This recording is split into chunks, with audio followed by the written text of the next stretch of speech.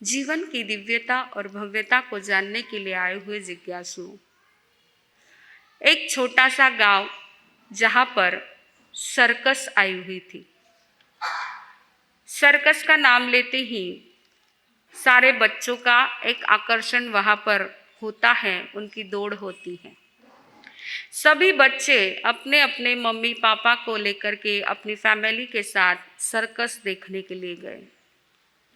Circus में तरह तरह के खेल करतब कला का प्रदर्शन हो रहा है, लेकिन पूरे सर्कस में सभी के आकर्षण का केंद्र बिंदु यदि कोई होता है तो वो होता है, अरे वाह, घनी देखी दिशे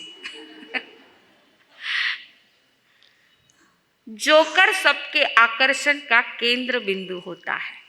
और जब तक जोकर नहीं आता है ना तो मजा नहीं आता है।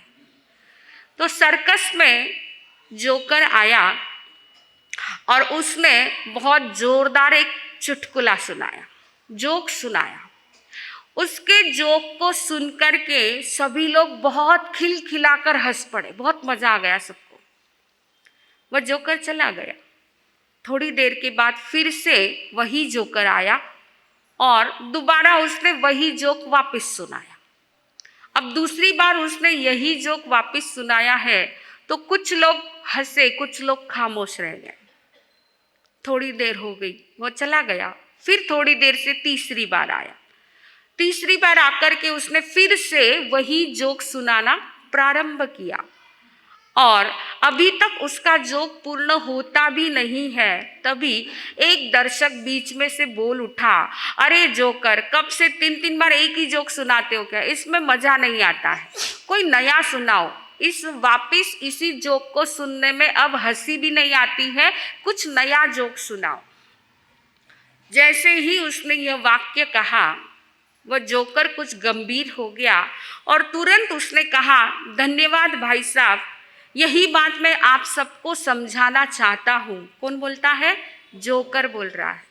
यही बात मैं आपको सबको समझाना चाहता हूँ कि जब एक ही खुशी के कारण से आप बार बार खुश नहीं होते हो, तो एक ही दुख के कारण से बार बार दुखी क्यों हो जाते हो? बात समझ में आई क्या आपको?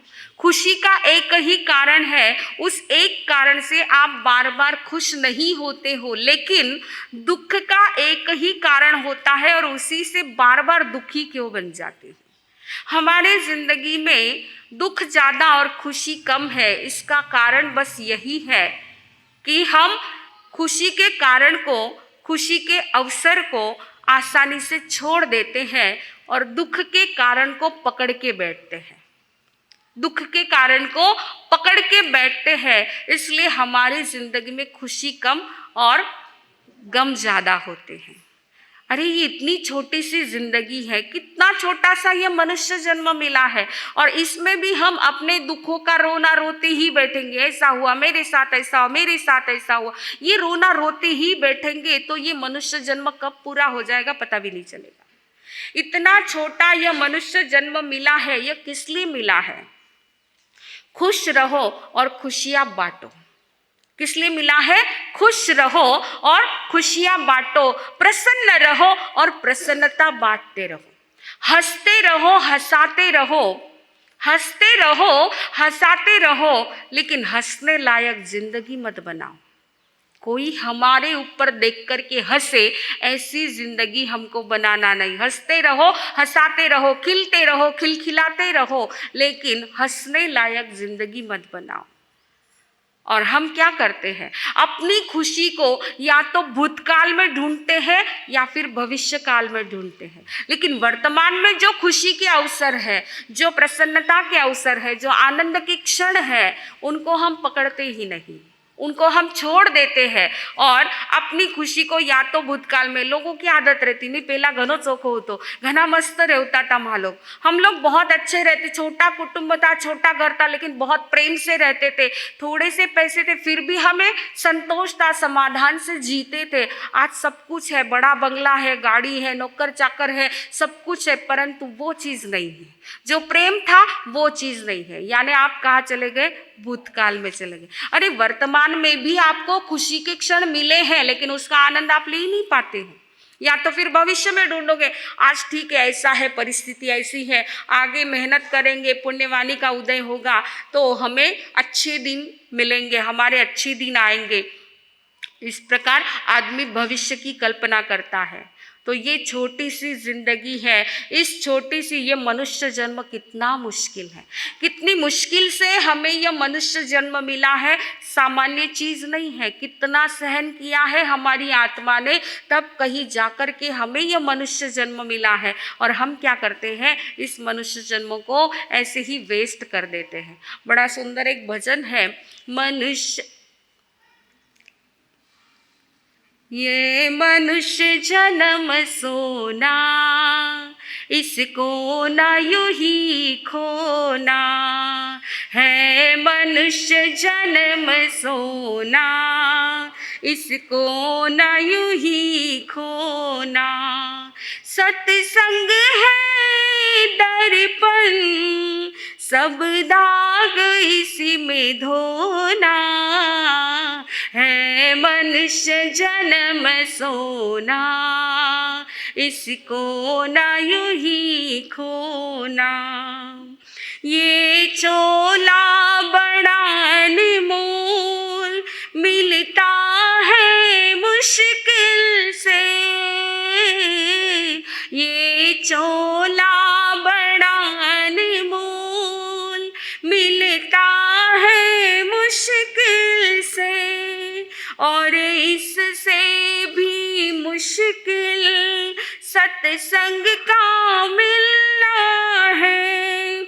हमको तो मिले दोनों, ये अवसर नहीं खोना है। मनुष्य जन्म सोना, को न यूं ही खोना। बड़ी मुश्किल से ये मनुष्य जन्म आपको, हमको, सबको मिला है। इस मनुष्य जन्म में आकर के हमें क्या करना है, मात्र बस खुश रहो, खुशियाँ बांटो, प्रसन्न रहो और प्रसन्नता बांटो, इतना ही करना है। अरे कितनी मुश्किल से मिला है ये मनुष्य जन्म। याद आता है मुझे सन 2013 की बात। जयपुर चातुर्मास के लिए जा रहे थे, राजस्थान 3 साल चौमासा करके फिर जयपुर चातुर्मास के लिए पूज्यवर के साथ हम लोग जा रहे थे। चातुर्मास को कुछ समय शेष था, शेषकाल का समय था। एक एक एरिया की स्पर्शना चल रही थी, पहली बार गए थे और एक एक एरिया की स्पर्शना चल रही थी। एक बार किसी एक श्रावक जी के घर में रुकना हुआ, दोपहर का समय था। पूज्यवर बड़े माल साहब ने, प्रवर्तिनी जी माल साहब ने दोपहर का समय और हम सभी छोटी साध्वियों को बुलाया, नज़दीक बैठाया।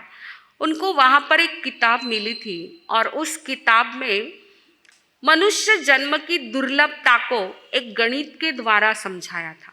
बहुत सुंदर था और उन्होंने हम सब छोटी साध्वियों को वो पढ़ के सुनाया और वो बात समझाई उन्होंने।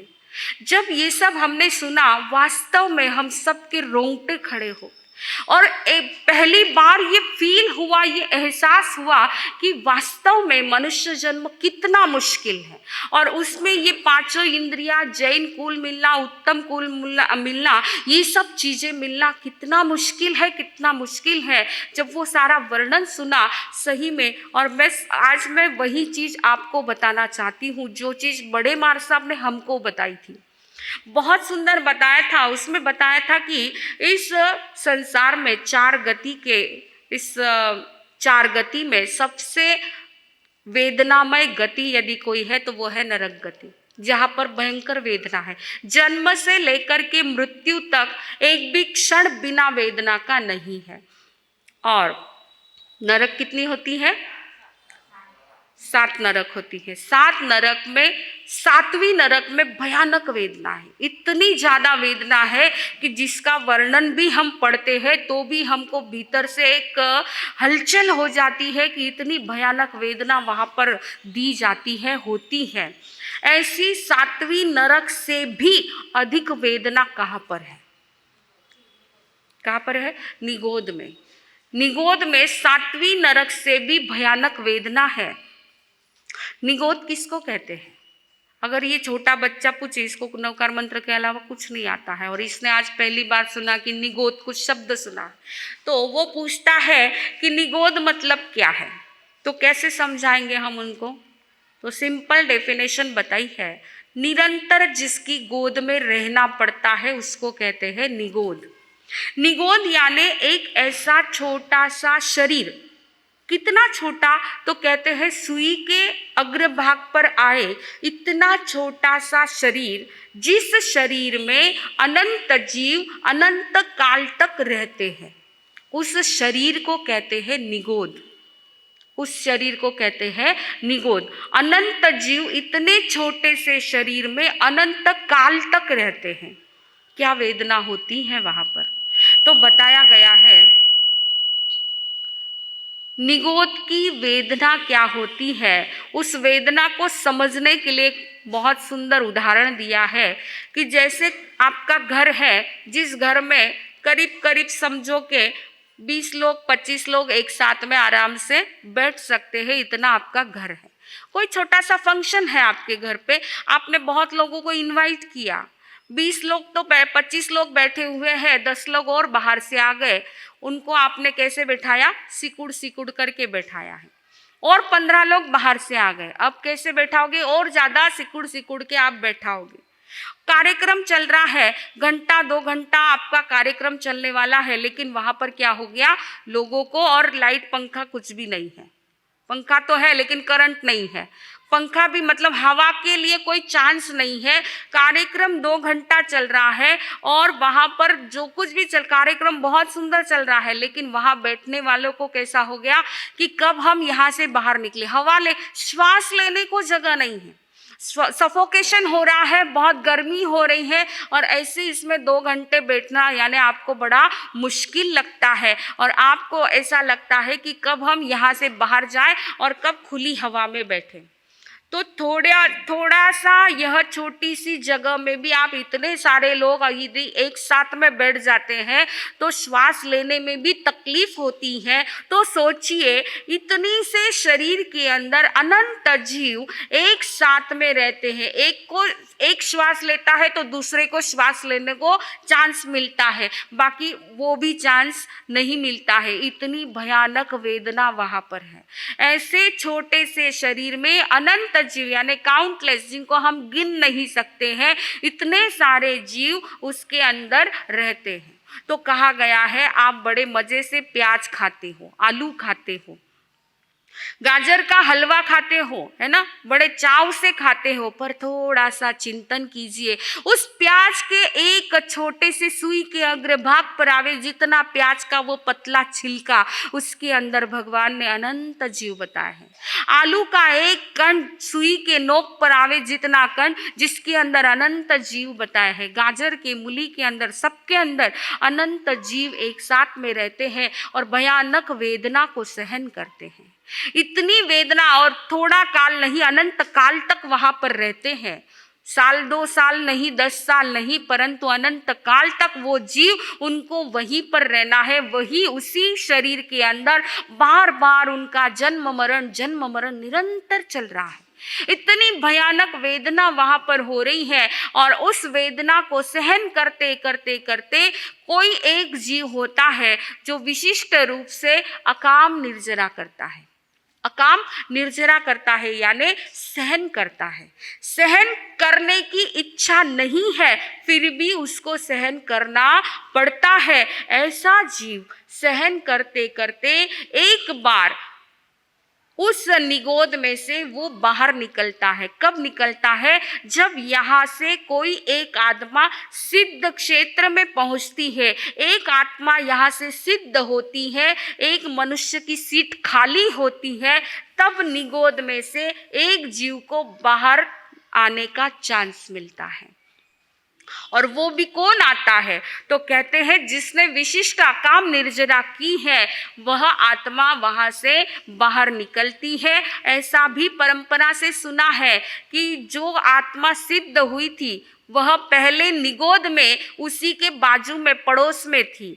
तो पड़ोसी रहने से एक प्रकार का कुछ विशेष भाव होता है, उनके वाइब्रेशंस को वो आत्मा ग्रहण करती है और विशेष पुरुषार्थ करके वो निगोद में से बाहर निकलती है। ऐसा वह निगोद में से निकली हुई आत्मा अव्यवहार राशि से व्यवहार राशि में आती है और फिर यहाँ से भी उसकी सहनशीलता की पराकाष्ठा शुरू हो जाती है। यहाँ से वह एकेंद्रिय में आई, पृथ्वी का है, आप का है, तेव का है, वायु का है, वनस्पति का है, ये सब करते करते फिर बेंद्रिय, तेंद्रिय, चौरेंद्रिय, असन्नी पंचेंद्रिय, सन्नी पंचेंद्रिय, नारकी, देवता, ये सब करते करते फिर आए मनुष्य में आए। इतना चक्कर करके हम लोग भी आए हुए हैं, परंतु आज क्या याद है हमको? कुछ भी याद नहीं है। परंतु जिनवाणी कहती है परमात्मा प्रभु महावीर ने, सर्वज्ञ सर्वदर्शी प्रभु ने जो देखा है वो फरमाया है कि इस प्रकार यह जीवात्मा इतना पुरुषार्थ करते करते, सहन करते करते निगोद से बाहर निकले। अब आगे बड़े मार साहब ने हमको जो समझाया कि गणित के माध्यम से बहुत सुंदर समझाया कि मनुष्य जन्म कितना दुर्लभ है। ऐसे निगोद में अकाम निर्जरा करते करते, सहन करते करते 1 अरब जीव बाहर निकले, उसमें से अनंत में से 1 अरब जीव बाहर निकले, मनुष्य बने। अब 1 अरब में से 99 करोड़ जीव जो है, जिन्होंने खोटे काम किए, गलत काम किए, झूठ बोला, चोरियां की, धोखाधड़ी दी, मायाचार किया, कपट किया, गलत धंधे किए, इसकी वजह से वो 99 करोड़ जीव मर करके तिर्यंच गति में चले गए। अब कितने बचे? कितने बचे बोलो भाई लोग? आपको बार बार पूछूंगी, ध्यान से सुनना, हिसाब किताब की बात है। हाँ, 1 करोड़ जीव बचे हैं। अब उन 1 करोड़ में से 99 लाख जीव जो है, जिन्होंने हिंसा की, भयंकर हिंसा की, मारकाट की है, मांसाहार किया, मांस खाया है, शराब पी है, दंगे फसाद करवाए हैं, गुंडागर्दी की है, सब ऐसे काम किए हैं, इसकी वजह से मर कर के वो जीव कहाँ गए? नरक में गए। अब कितने बचे? 1 लाख। 1 लाख में से 99,000 जीव जिन्होंने अच्छे काम किए, दान धर्म के काम किए हैं, पुण्य के काम किए, संत के दर्शन किए हैं, सत्संग किया है, तपस्या आदि की है, और जहाँ हो सके वहाँ दान, शील, तप, भावना की आराधना करके वो सारे जीव कहाँ पहुँचे? स्वर्गलोक में, देवलोक में पहुँचे। अब कितने बचे? 1000 जीव। उन 1000 में से 900 जीव मनुष्य तो बने, लेकिन समूर्छित मनुष्य बने, असन्नी मनुष्य बने। यानी देखिए, मनुष्य गति भी मिली है, 5 इंद्रियां भी मिली है, लेकिन लाइफ कितनी मिली है? मात्र इतनी छोटी लाइफ कि हम एक श्वास लेते हैं और छोड़ते हैं, उतने समय में 17.5 बार उनका जन्म मरण हो जाता है। इतनी छोटी सी लाइफ मिली, मनुष्य गति भी मिली, 5 इंद्रियां भी मिली, सब कुछ मिला, लेकिन मन नहीं मिला है, असन्नी बने हैं और लाइफ इतनी छोटी सी मिली है। और कौन सा स्थान मिला है? 14 प्रकार की जो हमारी मनुष्य की अशुचि होती है, उस गंदगी में वो उत्पन्न होते हैं। तो ऐसे अब कितने बचे? 100 में से 90 जीव जिनको मनुष्य जन्म तो मिला, लेकिन युगलिक क्षेत्र में मिला। उनको क्षेत्र के अनुसार मिला, युगलिक क्षेत्र, यानी जहां पर सब कुछ सुख सुविधा है, शरीर सुंदर है, दिखने में एकदम स्मार्ट है, हाइट बॉडी है, सब कुछ है। कल्प वृक्ष मिले हैं, कल्प वृक्ष के माध्यम से उनका जीवन भी बहुत सुंदर चल रहा है, लेकिन धर्म नहीं है, वहां पर नौकार मंत्र तक नहीं है। ऐसे मनुष्य जन्म मिला, सब कुछ सुविधा मिली, लेकिन धर्म नहीं मिला। अब कितने बचे? 10 में से 9 जीव जो है वो भी मनुष्य तो बने हैं, लेकिन अनार्य क्षेत्र में उत्पन्न हो गए। उनको भी मनुष्य जन्म, 5 इंद्रियां सब कुछ मिली, लेकिन क्षेत्र कौन सा मिला? अनार्य क्षेत्र, जहां पर धर्म नहीं होता है। और बचा कितना? वो यहाँ पर आया। बचा कितना? 1, वो यहाँ पर आया। यानी 1 अरब में से मात्र 1 जीव जिसकी विशिष्ट पुण्यवाणी थी कि उसको यह आर्य क्षेत्र में जन्म मिला, मनुष्य जन्म मिला, पांचों इंद्रियां मिली, अच्छा कुल मिला, जैन कुल मिला, सातु सदैव गुरु धर्म का संयोग मिला। ये सब कितना मुश्किल है बंधुओं। 1 अरब जीवों में से एक की पुण्यवाणी जागृत होती है, तब उसको ये सब कुछ मिलता है। और आगे का हिसाब जो बताया है पूज्यवर ने, बहुत सुंदर, यानी सही में अगर भीतर में ये चीज जिसके चली जाए ना, वो उस व्यक्ति के जीवन में परिवर्तन आएगा, निश्चित रूप से आएगा। इतनी गजब की बात बताई है पूज्यवर ने। कहते हैं कि ऐसा यह मनुष्य जन्म पूरी भव परंपरा में, हमारी पूरी जन्म मरण की परंपरा में मात्र 48 टाइम मिलता है। कितनी बार मिलता है? 48 बार ही मनुष्य जन्म मिलता है। अब उसका भी क्षेत्रीय हिसाब बताया कि 48 बार जो मनुष्य जन्म मिलता है, उसमें से 18 जन्म तो युगलिक क्षेत्र के गए।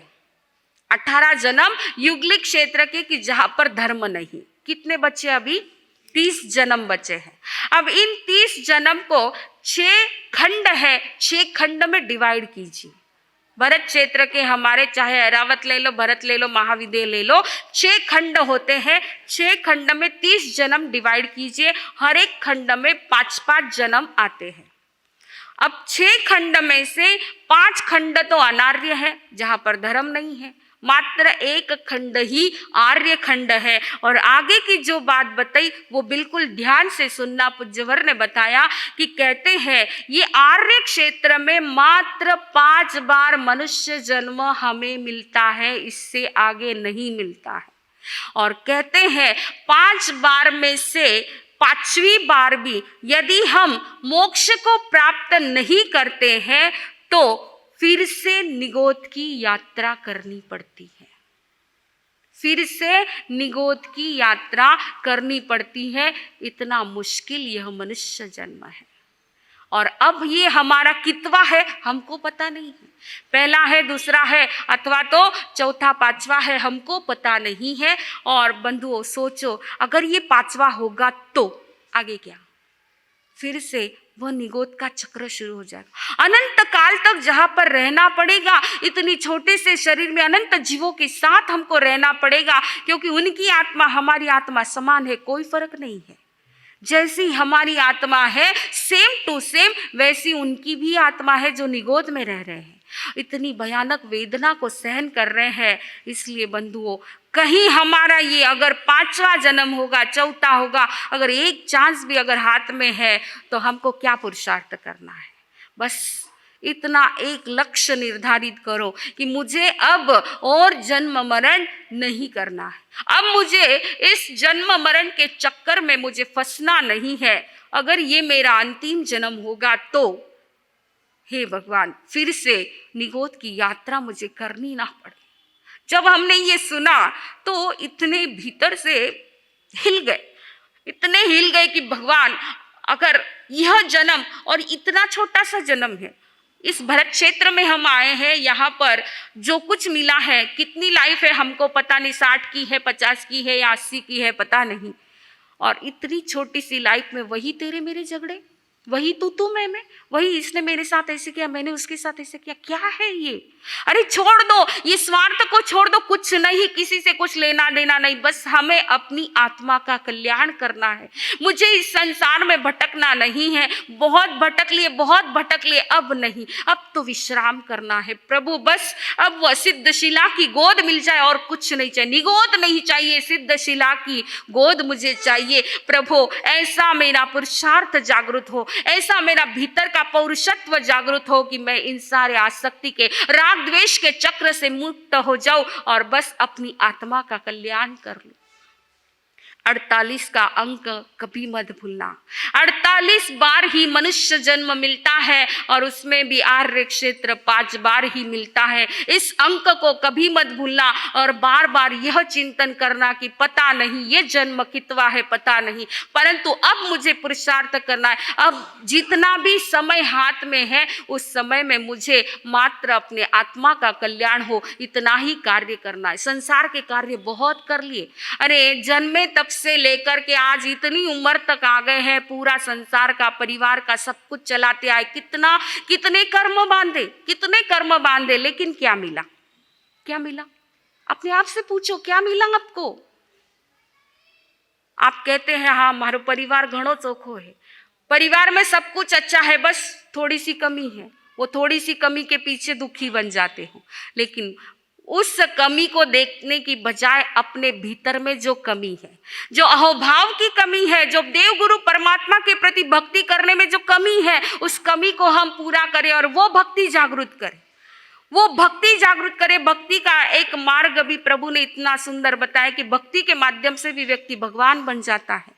तो ऐसी भक्ति हमारी जागृत हो। हम नहीं तपस्या कर सकते, हम नहीं दीक्षा ले सकते, हम नहीं बहुत कुछ ध्यान कठोर साधना कर सकते हैं, लेकिन सरल मार्ग भी प्रभु ने बताया है कि जिस मार्ग पर चलते चलते हम जितना हो सके, इस शरीर में जितनी ताकत है, जितनी मन की मजबूती है, उसके आधार पर हम भगवान के इस मार्ग पर चल करके हम राग द्वेष और कषायों से मुक्त होकर के एक दिन समस्त कर्म से मुक्त होकर अपने लक्ष्य को प्राप्त करें।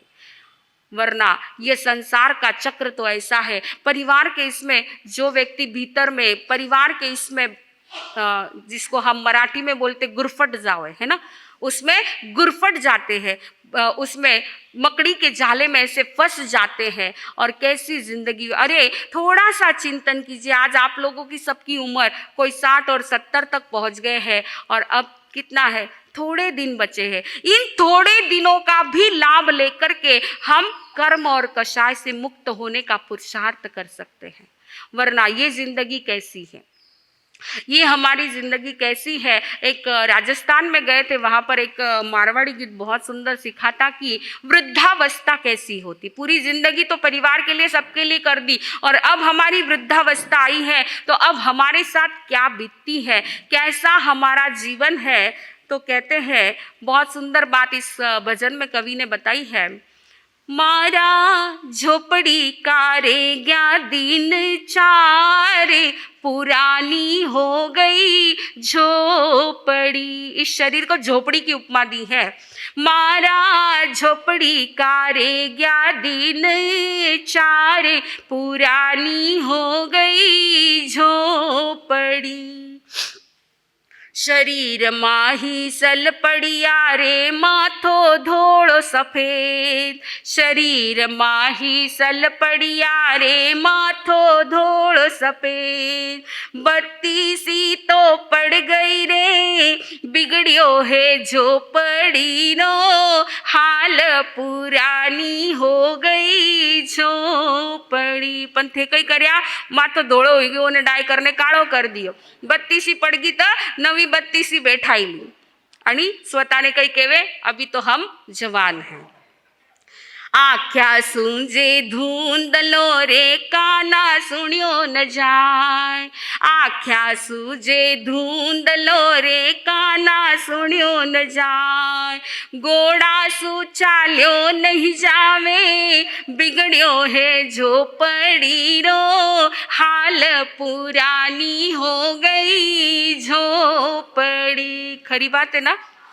आख्या સુધી કે નહીં, ચશ્મો લગાવી લ્યો, લેન્સ લગાવી દે, કાન સુ સુનો નહીં આવે, મશીન લગાવી ली, घोड़ा सु चाल्यो नहीं जाए, वॉकर लेने आई गया, इतो सगळो कर्यो, पण तरी पण कई है, शेवटी बुढ़ापो है। बालपणा में सीरो खायो, जवानी में लाडू। बालपणा में सीरो खायो, जवानी में लाडू। राबड़ी रासा सा पड़ गया, कूण पिलावे गरम, चाय पुरानी हो गई झोपड़ी। अरे बचपन में जो खाया है उस विल पावर पर आज चल रहे हैं, लेकिन आज क्या हालत है, आज क्या हालत है। बेटा छोड़िया बोलनो रे, बउआ छोड़ी लाज। बेटा छोड़िया बोलनो रे, बउआ छोड़ी लाज। दियड़ली परदेस बसे रे, किणने सुनाऊं मनरी, बात पुरानी हो गई झोपड़ी। मारा झोपड़ी का रे गया दिन, चारे पुरानी हो गई झोपड़ी। गरगरी हालत बताई है कवि ने हीरा में।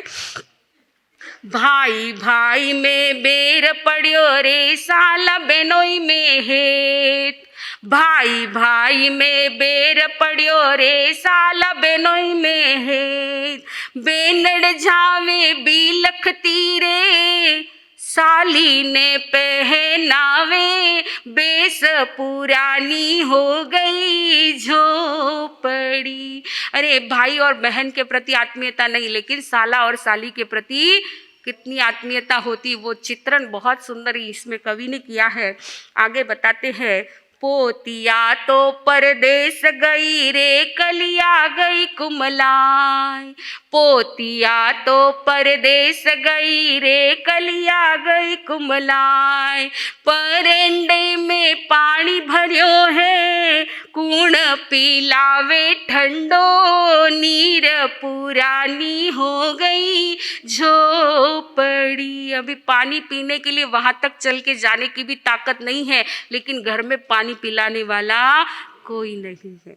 इसलिए कहते हैं आगे अंतिम कड़ी में कवि कहते हैं, सुकरत कर लो खा लो पी लो कर लो हाथ सुदान, सुकरत कर लो खा लो पी लो कर लो हाथ सुदान, गुरनी सा तो यूं फरमावे धर्म करो रे दिन रात पुरानी हो गई झोपड़ी, मारा झोपड़ी का रे गया दिन चारे पुरानी हो गई झोपड़ी।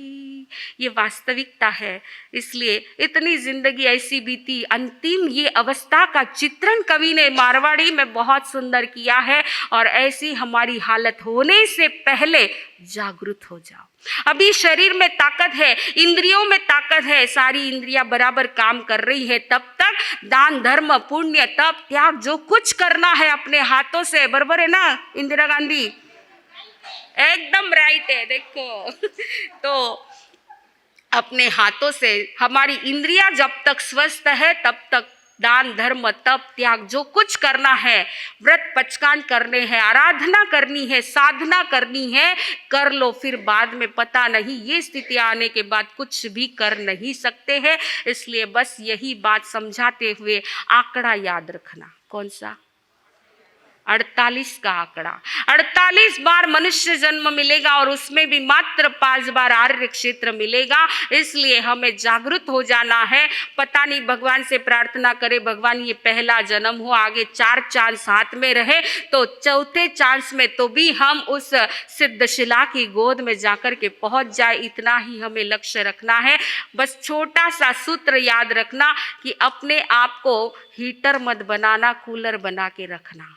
अपने आप को हीटर मत बनाना, कूलर बना के रखना। सब कुछ ठंडा कुल अच्छा लगता है तो हमारा दिमाग भी ठंडा हो और हमारी ज़बान मीठी हो, हमारी जेब गरम हो और ज़बान नरम हो और दिल में रहम हो, तो निश्चित रूप से हमारा घर परिवार, हमारे वर्तमान के क्षण, खुशियों के क्षणों का, हर क्षण का हम आनंद लेते, मस्ती से जी लो। कैसे मस्ती से जीते देखो, है ना? कितने मस्ती से। ऐसा नहीं लगता है कि अरे मैं थोड़ा सा हिल जाऊं लोग क्या कहेंगे, नहीं, मस्ती से जी लो। जो आनंद लेना है मस्ती से, आनंद के साथ जियो, आनंद के साथ जियो। बस खुश रहो, खुशियां बांटो, प्रसन्न रहो, प्रसन्नता बांटो। बस यही तो जिंदगी, और क्या है? यही तो हमारी जिंदगी है। जितना आनंद में रहेंगे, मस्ती से रहेंगे, दुखों का रोना रोते नहीं बैठेंगे। जोकर ने जो बात बताई, बहुत सुंदर बात बताई कि खुशी के क्षणों को छोड़ देते हैं और दुख के एक क्षण से ही बार बार दुखी बन जाते हैं। तो हमें ऐसा नहीं करना है। जैसे हंसी के क्षण को हमने छोड़ दिया, ऐसे दुखों के क्षणों को भी हम छोड़ करके हम अपने मस्ती में जिए, आनंद के साथ जिए, तो निश्चित रूप से हम सिद्धशिला के करीब पहुंचाएंगे। निगोद से निकल करके यहाँ तक पहुंचे हैं, अब सिद्धशिला की गोद में ही जाकर के विश्राम करना है और कहीं भी भटकना नहीं है। बस इसी मंगल भाव के साथ बोलिए भगवान महावीर।